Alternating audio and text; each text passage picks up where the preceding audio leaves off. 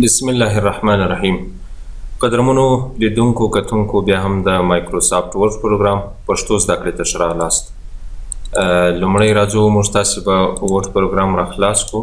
کوم چې مو ورډ پروګرام راخلاص کړئ په دې کې تقریبا موږ تاسې درس د پاراګراف تر پاټه پورې رسېدلی وو او په دې کې ما ځینې کمانډونه وویل او ځینې بیا پاته سول چې له هغې جملې څخه بارډر پاته سو. بارډر باندې به نن موږ تاسې کار وکړو. لومړی راځو دلته به یو لیکنه واخلو. کوم وخت چې مو لیکنه ولیکله مساوي رینډ او شروع درې پاراګرافه به واخلو.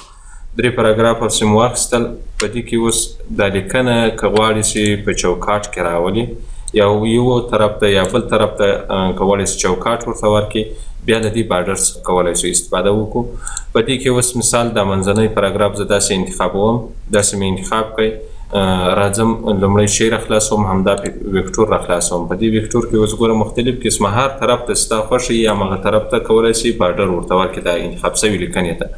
او که چیرې دلته اوس مثال بټن بارډر ورباندې کلیک کړي، ښکته یو بارډر یا لیک ورته ورکوي او ټاپ بارډر پورته بارډر یا لیک ورکوي، لیفټ چپ طرف ته ورکوي او رایټ ښي طرف ته ورته ورکوي. او نو بارډر که چیرې ورته انتخاب کړو بیرته دغه لیکنه له بارډر څخه باسي، یعنې بارډر له منځه وړي. آوټ ساید بارډر بیا چار طرفه پر ټوله لیکنه باندې بارډر راګرځي.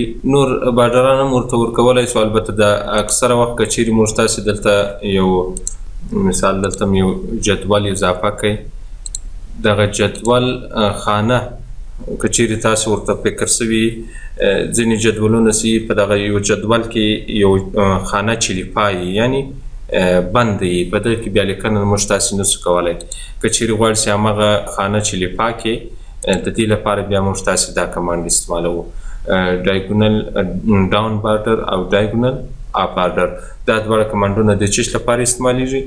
د یوې خانې د چلیپا کول لپاره استعمالیږي. او که چیرې غواړئ چې دا خانه چلیپا کې یعنې بیا لیکنه څوک یې ونه لیکي د دې لپاره بیا موږ تاسې دا دوه کمانډونه استعمالوو. بل کمانډ د دلته که چیرې غواړئ چې دلته د دې لیکنې څخه وروسته یو هورزنټل یا افقي یو بارډر اضافه کړي، راځو له دې کمانډ څخه بیا استفاده کوو. هورزنټل لاین ورته کلیک کوو تر څو پورې چې له دې لیکنې څخه وروسته بیا یو لاین دلته له موږ تاسو سره اضافه کړي تر څو پورې دا لیکنه سره جدا کړو، یعنې کښته بیا کولی شي نور لیکنه بیا ولیکي. یعنې د هورزنټل لاین په واسطه کولی شو یو بل لاین شی کو اضافه کو. ډرا ټیبل د ډرا ټیبل له لارې د پنسل یا د قلم په واسطه باندې کولی شو موږ تاسې یو بارډر رسم کو، بیا په هغې کې راګانې ورته اضافه کو یا مثال کالمونه ورته اضافه کو.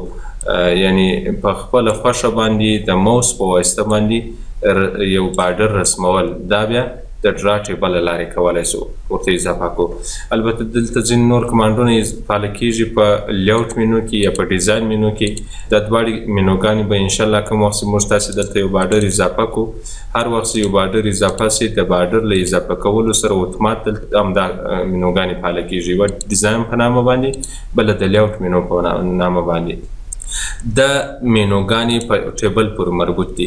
یعنې که چیرې غواړئ چې دې ټیبل ته یو ډیزاین اضافه کړئ هغه په ډیزاین مینو کې ورته اضافه کولی شو. او که غواړئ چې مثال په دې ټیبل کې ایډیټ وکړي را ورته اضافه کړي یو کالم له منځه یو څه ورته اضافه یې کړي نه، هغه بیا موږ تاسې یو څو خانې یا مثال سره ګډې کړي یا سره جدا کړي بیرته هغه ټول تغیرات په لیاوټ مینو کې بیا کې راوستلی شو.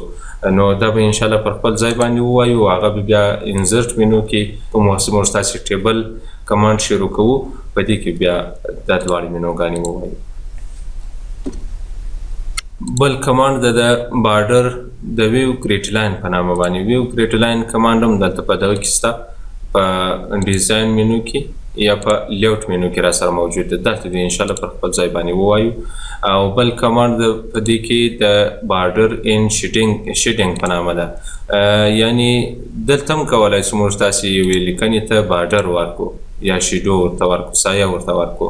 او پیج بارډر هم ورته اضافه کولی شو، یعنې د ټولې صفحې لپاره کولی شي بارډر ورته اضافه کړي، یو چوکاټ ورته اضافه کړي. هغه بیا مختلف قسمه بارډران لرو دلې، یا مثال دلته چوکاټونه لرو چې د یوې صفحې لپاره کولی شو ورته انتخاب کړو یا د څو صفحو لپاره یې کولی شو ورته انتخاب کړو.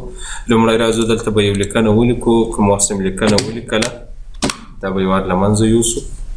مساوي رینج قوس شروع سل پاراګراف په واخو قوس باندې انټر دا لیکنه هم سم ولیکله. اوس که چیرې غواړئ چې دې ټولې لیکنې ته یعنې په هره صفحه کې یو چوکاټ اضافه کړي د صفحې لپاره یا د یوې لیکنې لپاره. اوس مثال دلته دا لیکنه زه انتخابوم، دا یو پاراګراف مې انتخاب کړئ.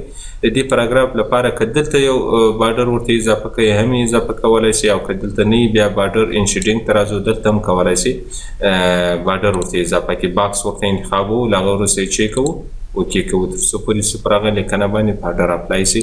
او که چیرې دلته بیا نو بارډر ورته انتخاب کړو، بیرته بیا موږ تاسې هغه ورکړل سوی بارډر کولی شو له منځه یوسو. یعنی مختلف قسمه بارډران کولی شو دلې ورته اضافه کړو، یا 3D بارډر ورته ورکوئ، یا کسټم بارډر ورته ورکوئ، شیډو بارډر ورته ورکوئ. هغه بیا زموږ تاسې په خوښه پورې اړه لري. یعنی دغه بارډر موږ تاسې دلې که چیرې غواړو چې یوې لیکنې ته اضافه کړو، مثال پر باکس باندې کلیک کوو، دلته د بارډر سټایل ورته انتخابوو. دا سټایل چې ورته انتخاب کړئ، بیا په د دې سټایل لپاره د بارډر د سټایل لپاره کولی شئ رنګ ورته انتخاب کړئ. مثال دا قسم رنګ ورته ورکوو. دغه بارډر د مثال نرم وي، پنډ وي، هر څومره اندازه چې ته ورته انتخابوي همغه اندازه هم ورته انتخابولی شو. اپلای ټو پر څه شي دی اپلای شي، که چیرې ټکسټ انتخاب کړو پر هر لیک باندې پر دغه انتخاب شوي پاراګراف باندې پر هر لیک باندې اپلای کیږي. او که چیرې پاراګراف انتخاب کړو ورته بیا پر ټول انتخاب شوي پاراګراف باندې اپلای کیږي. که چیرې دلته راسو ټکسټ ورته انتخاب کړو، اوکې کړو، بیا اوس ګوره پر هر لیک باندې همدغه بارډر اپلای شي. او که چیرې دا نه بیا راځو دلته چې ورته انتخابوو، پاراګراف ورته انتخابوو تر څو پورې چې دغه ورکړل سوی بارډر چې کې پر یوه پاراګراف باندې اپلای کړي.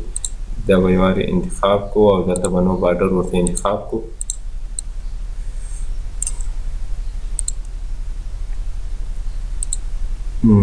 دلته له منځه نه وړي، دلته پرې کولی شو له منځه یوسو. بارډر ته راځو، په بارډر کې اوس ګوره همدا بارډر مې انتخاب کړی ده. که چیرې دلته ټکسټ ورته انتخاب کړو، اوکې ښه، هغه بیا کولی شو دلته له منځه یوسو. بارډر انشیډینګ ته راځو، په دې کې نن بارډر انتخابوو، له هغه وروسته اوکې کوو تر څو پورې چې هغه ورکړل سوی بارډر بیرته له منځه یوسي. او که چیرې غواړو چې مثال دغه یوه پاراګراف ته پر ټول پاراګراف باندې دا بارډر اپلای کړو، راځو دلته دا کمانډ راخلاصوو. مثال دلته یو بارډر اخلو، بیا د بارډر لپاره سټایل انتخابوو، رنګ ورته انتخابوو، هغه اندازه ورته انتخابوو. له هغه نه وروسته که چیرې پاراګراف انتخاب کړو، اوکې کړو، بیا دا ټول انتخاب سوی بارډر پر پاراګراف باندې اپلای کوي. او که چیرې ټکسټ ورته انتخاب کړو، بیا پر څه شي اپلای کوي، بیا پر هر لیک باندې اپلای کوي. بل کمانډ د پیج بارډر نامه باندې ده، یعنی کولی شو ټولو صفحو ته دغه موږ تاسې تقریبا 9 صفحې لیکنه لرو، د هرې صفحې ته یو بارډر اضافه کړي. دلته پیج بارډر ورته اضافه کړو. مثال دلته راځو بارډر انشیډینګ ته راځو، په دې باندې کلیک کوو، بیا پیج بارډر ته داخلیږو. په پیج بارډر کې همغه کیسه ده لکه څنګه چې بارډر کې موږ تاسې وویله. که چیرې غواړئ چې یو ساده بارډر ورته انتخاب کړي، دلته مثال باکس انتخابوو یا شیډو ورته انتخابوو، 3D بارډر انتخابوو، هغې بیا موږ تاسې په خوښه پورې اړه لري. او دلته په سټایل کې سټایل ورته چینجولی شي، ورته بدلولی شي. مثال دا قسم سټایل ورته ورکوو، او دلته رنګ هم ورته ورکوو، مثال دا قسم رنګ ورته ورکوو. او دلته خو نو دا نور سایزونه نه لري. له هغه نه وروسته بیا که چیرې دلته اپلای ټو غواړي پر څه شي باندې اپلای کړي، هول ډاکومنټ پر ټول ډاکومنټ باندې اپلای کول، دیس سیکشن پر یوه برخه د ډاکومنټ باندې اپلای کول، دیس سیکشن فرست پیج اونلی یعنی د یوې برخې پر اول صفحه باندې اپلای کول، او دیس سیکشن آل ایکسپټ فرست پیج یعنی د یوې برخې پر ټولو صفحو باندې اپلای کول بغیر له اولې صفحې څخه. دا مختلف قسم هغه بیا موږ سیکشن انشاءالله وایو. سیکشن چې ته ویل کېږي، سیکشن کوم وخت موږ تاسې دلته پیج لیاوټ ته راسو، په پیج لیاوټ کې به دلته سیکشن ووایو، سیکشن بریک. نیکسټ پیج یعنی په راتلونکي صفحه کې هم کولی شو سیکشن جوړ کړو، په همدغه اوسنۍ صفحه کې هم کولی شو سیکشن جوړ کړو. یعنی یو ډاکومنټ په څو برخو سره ویشل، دغه یو فایل په څو برخو سره ویشلو ته بیا سیکشن ویل کېږي. دا خو موږ تاسې اوس دغه پیج بارډر چې موږ ورته انتخاب کړئ تقریبا پر ټولو صفحو باندې اپلای شو. او که غواړئ چې یو بل قسم ډیزاین دار بارډر ورته انتخاب کړئ، چوکاټ ورته انتخاب کړئ، دا به له منځه یوسو. دلته به پیج بارډر ته راسو، په دې کې به نن ورته انتخاب کړو، له هغه وروسته به اوکې کړو. اوس دغه بارډر بیرته له منځه ولاړئ. او دلته که چیرې غواړئ چې یو ډیزاین داره یا مثال چوکاټ غوندې بارډر ورته انتخاب کړي. هغه بیا راځو دلته آرټ ته. په آرټ کې اوس ګوره نن انتخاب دی، یعنی یو قسم بارډر هم موږ تاسې نه دی انتخاب کړی. او که چیرې دلته دا لیست راخلاص کړي، په دې لیست کې ګوره مختلف قسمه چوکاټونه موجود دي. هر چوکاټ څه انتخاب کړو هغه ټولو صفحو باندې کولی شو اپلای کوي. مثال دا چوکاټ ورته انتخاب وو یا دا چوکاټ انتخاب وو. هر قسم چوکاټ چې مو خوښ شي هغه چیک کوو، اوکې کوو. له هغه وروسته بیا ټولو صفحو به یې اپلای کولی شو. بل راځو بارډر انشیډینګ ته. په بارډر انشیډینګ کې آپشن ته داخلیږو. په آپشن کې بیا ګوره دلته لیکلي دي فرام ټیکسټ، یعنی له لیکنې څخه دې د بارډر څومره مسافه ولري. ټاپ طرف ته دې څومره مسافه ولري، بټن کښته طرف ته څومره مسافه ولري، لیفت طرف ته یا رایټ طرف ته، هر طرف ته بیا کولی شو موږ تاسې د لیکنې او د بارډر ترمنځ د صفحې د بارډر ترمنځ مسافه ورته زیاته کړو یا یې کمه کړو. او که چیرې اوس دلته مثال ټاپ کې کولی شي مسافه ورته اضافه کړي. له هغه وروسته یې اوکې کړي، بیا اوکې کړي، یعنی د بارډر د پیج بارډر او د لیکنې ترمنځ مسافه ورته اضافه کیږي. او بل کمانډ د شیډینګ په نامه باندې. په شیډینګ کې بیا کولی شو، البته وبخښئ یو شی باید درته ووایم، په پیج بارډر کې په پیج بارډر کې یو بارډر یو په ساده بارډر کې چې لیکنې ته بارډر ورکوو دا آپشن ده، او بل پیج بارډر آپشن ده. په دې کې بیا نور کمانډونه موجود دي. راځه پر دوه باندې به یې څه ناڅه کار وکړو. اول که چیرې دلته اوس مثال زه راسمه، دلته د دې پاراګراف لپاره یو بارډر انتخاب کړئ. مثال دا بارډر مې انتخاب کړئ، ورته دا بارډر چې مې انتخاب کړئ. او د صفحې لپاره به م یو بارډر واخلو. پیج بارډر ته راځو. په پیج بارډر کې به دا بارډر ورته کلیک کوو او اوکې به یې کړو. ښه، بل راځو دلته به یو شیپ ورته اضافه کړو.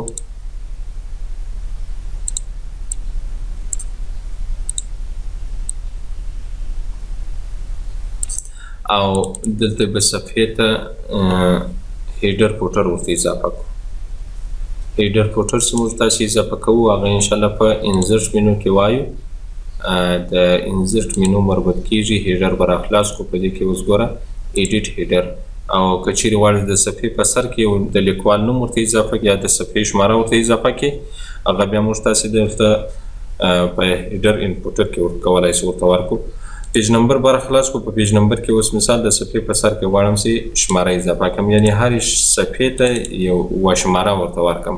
اوس خو موږ صفحو ته شمارې اضافه کړې، خو دغه شمارې تر بارډر یعنې تر دې چوکاټ شاته دي، معلومیږي نه.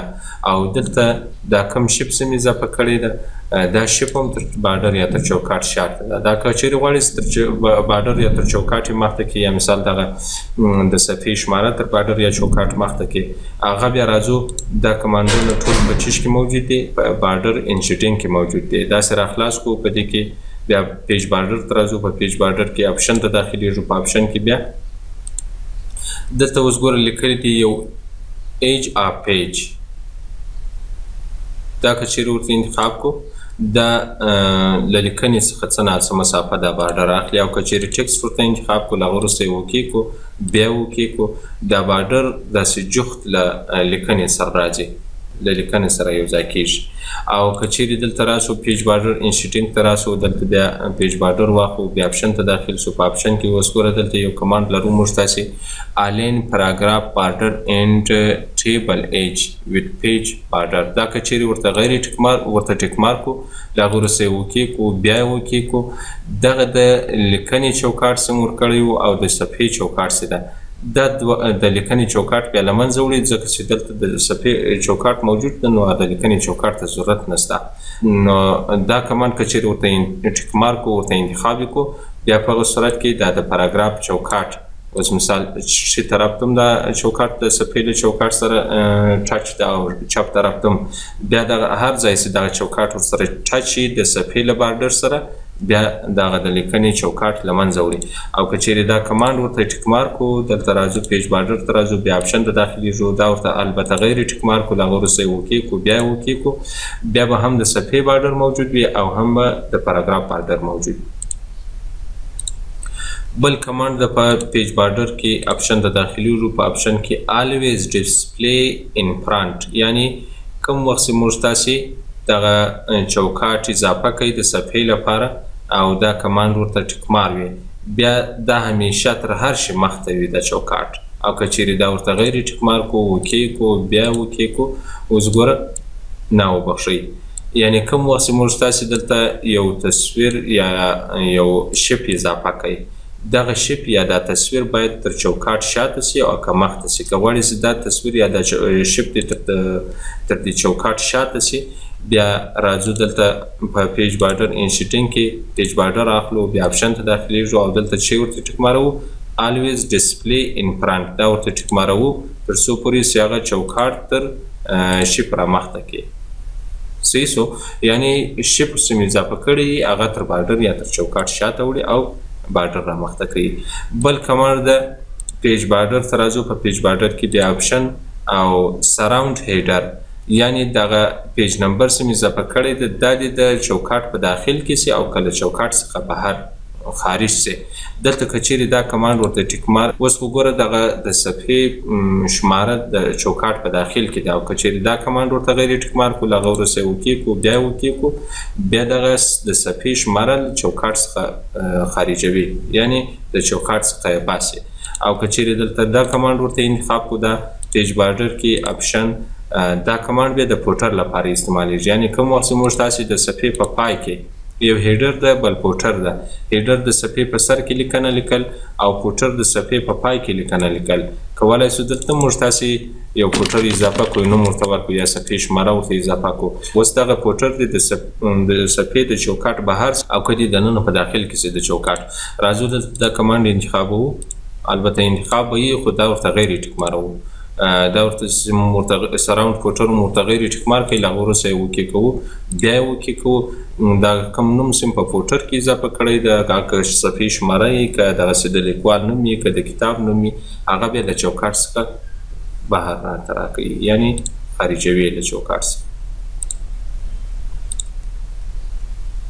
بل راځو بارډر انشیټینګ ته راځو په دې کې انشاءالله بل د چندانې شی نشته په شیټینګ کې بیا کولی شو موږ تاسې یو پاراګراف انتخاب کو د دې پاراګراف لپاره که چیرې غواړئ چې یو رنګ ورته ورکړي البته دا رنګ دلې هم ورته ورکولی شو په شیټینګ کې دلته دا کمانډ دلې هم موجود ده خو دلته بیا کولی شو مختلف قسمه رنګونه سره ګډ کو او بیا پر یو پاراګراف باندې اپلای کو دلته شیټینګ سره خلاص کړئ په شیټینګ کې اوس ګوره نو کلر لیکلی دی یعنی یو قسم رنګ هم نو د ورته انتخاب سوی اوس مثال که چیرې دا رنګ ورته انتخاب کو دا رنګ خو انتخاب سئ اوس دا بل رنګ چې ورته ورګډوو د دې رنګ فیصدي دي څومره مثال د دې رنګ فیصدي دي 25% کم رنګ د دغه کم رنګ اوس هم دوه قسمه رنګونه سره ګډ کړو د دا یو رنګ فیصدي کولی شو ورته اضافه کړو یا کمه کړو او که چیرې غواړئ چې فیصدي ورته اضافه کړي دلته بیا مختلف قسمه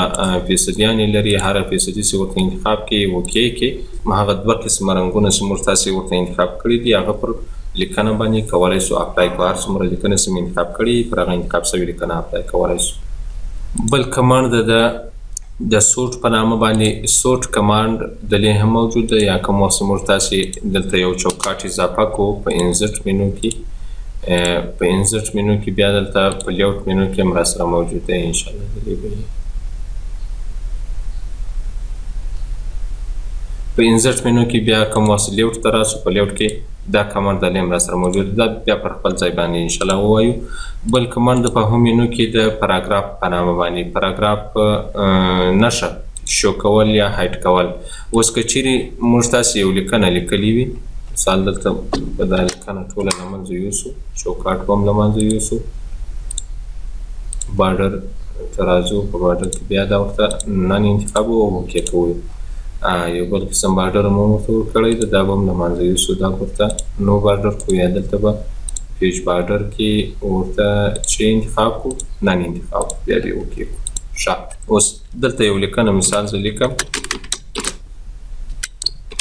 لیکنه مې ولیکله پاراګراف اوس څه ته ویل کېږي پاراګراف د څو جملو یو ځای کېدل ته پاراګراف ویل کېږي خو دلته بیا موږ تاسې په ورډ پروګرام کې یا په کمپیوټر کې پاراګراف د انټر په واسطه سره پیژنو یعنی هر ځای چې اوس مثال دلته زه لیکنه لیکم دا لیکنه هر ځای چې انټر کلیک کړم له هغه څخه وروسته بیا بل پاراګراف شروع کېږي اوس مثال دلته چې مې انټر کلیک کړی نه وي تر هغو پورې دا لیکنه جریان لري یعنې دا یو پاراګراف جریان لري هر وخت چې بیا انټر کلیک کړم بل پاراګراف شروع کیږي یعنې هر پاراګراف دلته په ورډ پروګرام کې که په ایکسل پروګرام کې که په هر پروګرام کې هغه بیا موږ تاسې د انټر تر هر پاراګراف سره جدا کوو او اوس که چیرې غواړئ چې اکثر وخت داسې پیښیږي چې مثال دلته د پاراګرافونو ترمنځ د مسافه له منځه تللې یعنې موږ تاسو ته اوس پاراګراف معلومیږي نه چې دا اوس یو پاراګراف د دوه پاراګرافه دي څو پاراګراف اضافه شوي دي د دې لپاره بیا موږ تاسې دا کمانډ انتخابوو دا یعنې موږ تاسو ته